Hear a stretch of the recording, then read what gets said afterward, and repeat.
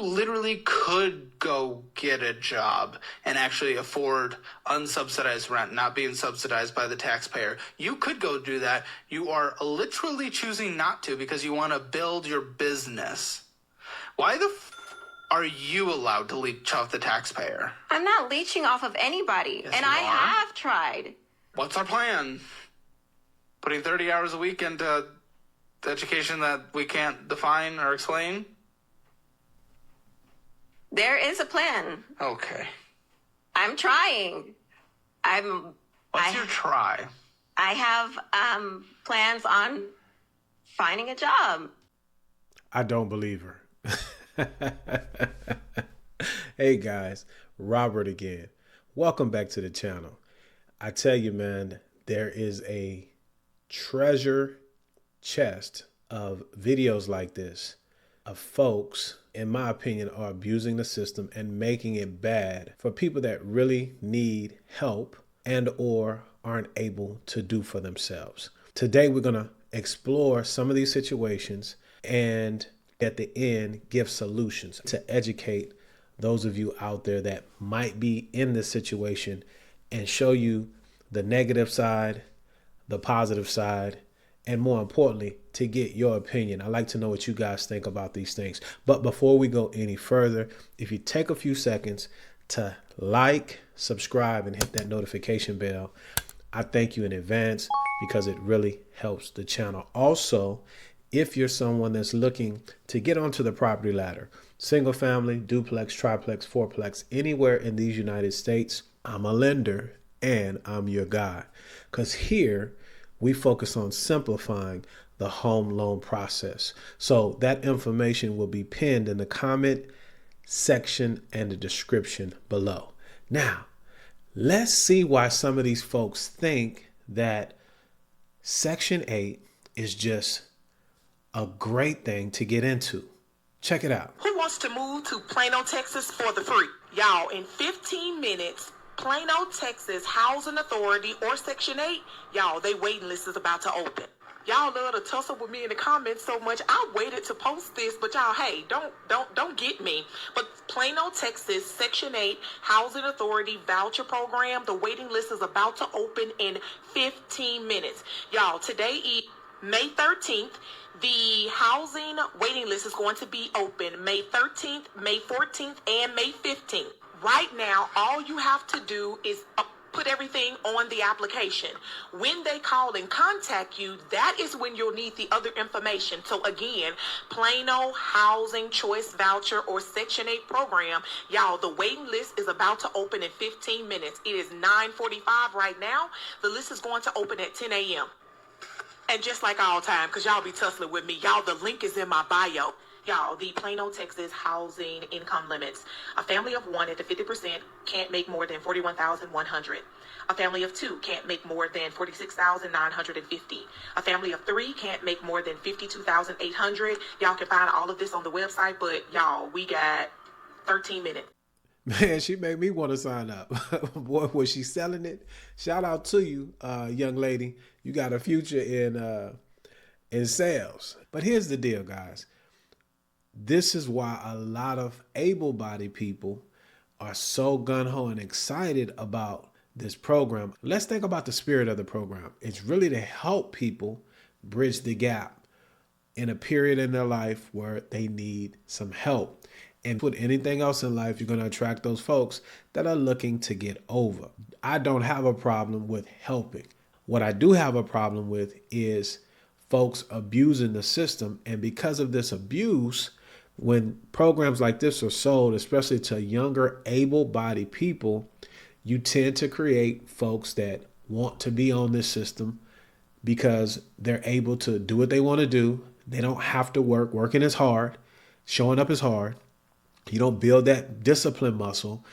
And ultimately, it ends up hurting that person, that able-bodied person that can produce.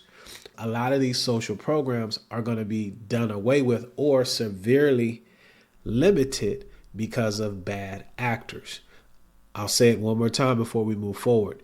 If you're truly disabled, if you cannot be self-sufficient, or if you're an elder Able-bodied people that can produce should not be on these programs unless they've fallen on hard times. And if so, there's a limit, a time limit, because as you'll see in this next video, you never build those muscles to be able to be self-sufficient. They atrophy, and then you wind up like this young lady here. Check it out. When I first heard of Section 8 and public assistance, it sounded like I hit the jackpot.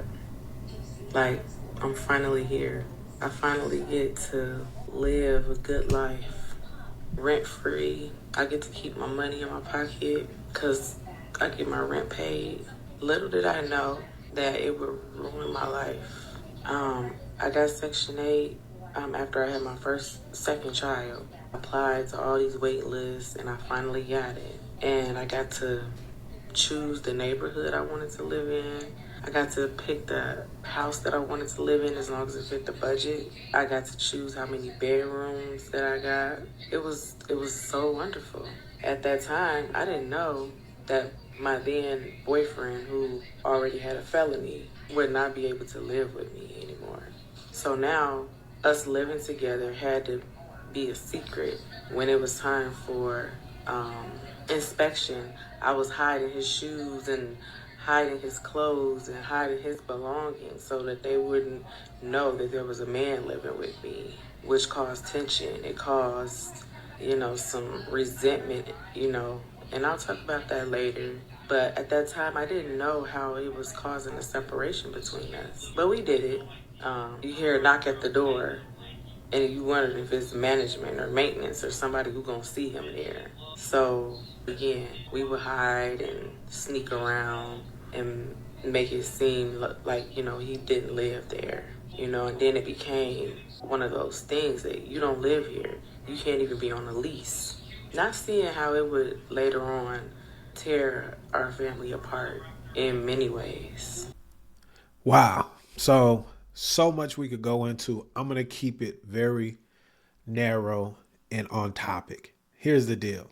As a grown person, who wants to be hiding shoes and I'm not here and things of that nature? I mean, that's crazy. Number two, it caused a problem in the household because as a man, that's very emasculating. I'd like to hear from some of you fellas out there if you ever been in this situation. Let us know in the comment section if what she's saying is true. Last thing I want to point out is this. The landlord knows. I mean, these babies are coming from somewhere, right? And so now with all of the technology, they can see old boy coming in and leaving. Okay. So it's just pressure being in a situation like that. I could imagine. Never been in that situation. My OG says they're called females, not free males. No disrespect, ladies. It costs, right, to have a family. If you listen to how she described, it sounded like she went through the home buying process. Everybody wants shelter. When you have children, you want that even more. You want a good neighborhood, good schools, safe, all those things. But here's the deal. This is the point that I want to stick on. The homeowner, the landlord, is the one creating the generational wealth. Thank you, young lady. Let's hit one more aspect when it's used the wrong way and people buy into it, opposed to using it as a step up to where you can own that home that you're trying to avoid paying the cost of being an adult, the cost of living. Let's check it out. Not that I don't think taxes should go to families that need it. I think we need reform of the programs in which tax dollars are allocated to help families. For instance, Section 8. Section 8 is a great leg up for some families, right? Section 8 should not be able to be passed down to your kids and they pass it down to their kids. For sure. That promotes you staying exactly where you are, because the deterrent is if you make too much, you're going to have to pay this high-ass rent that everybody else is paying. Yeah. So you need to stay below this level. You need to stay in poverty. You need to not advance so that you can live easy. Well, I don't think people choose to be impoverished, though. Not everybody chooses it, but you and I both know there are a great deal of folks Absolutely. and I think that reform is needed Yeah. because there are too many families who need these resources but can't get them because they make too much or because certain demographics in the household don't allow it, whatever. but you have people who are openly taking advantage of said system. I don't think that's fair. Yeah, for sure. I agree with you. There may be, I can't even say maybe, there are people that abuse that system. But when we look at like percentages, I don't think that's a big enough percentage of us for say, okay, we're about to stop It's these 1,000% people. a big enough percentage. Again, if Section 8 can be passed down generationally, that's an issue. That's where I would start. Both of the folks on the video were correct. From the gentleman's standpoint, people don't choose to be in poverty. It's been my experience that folks that have really been impoverished as a result of nothing that they've done, if they were able-bodied once they became adults, those are some of the most productive people that I know. Why? Because you don't want to go back to that situation. So he's correct from that standpoint. He's also correct in that we don't need to throw the baby away with the bathwater, as they say. The reforms that are being mentioned aren't saying that.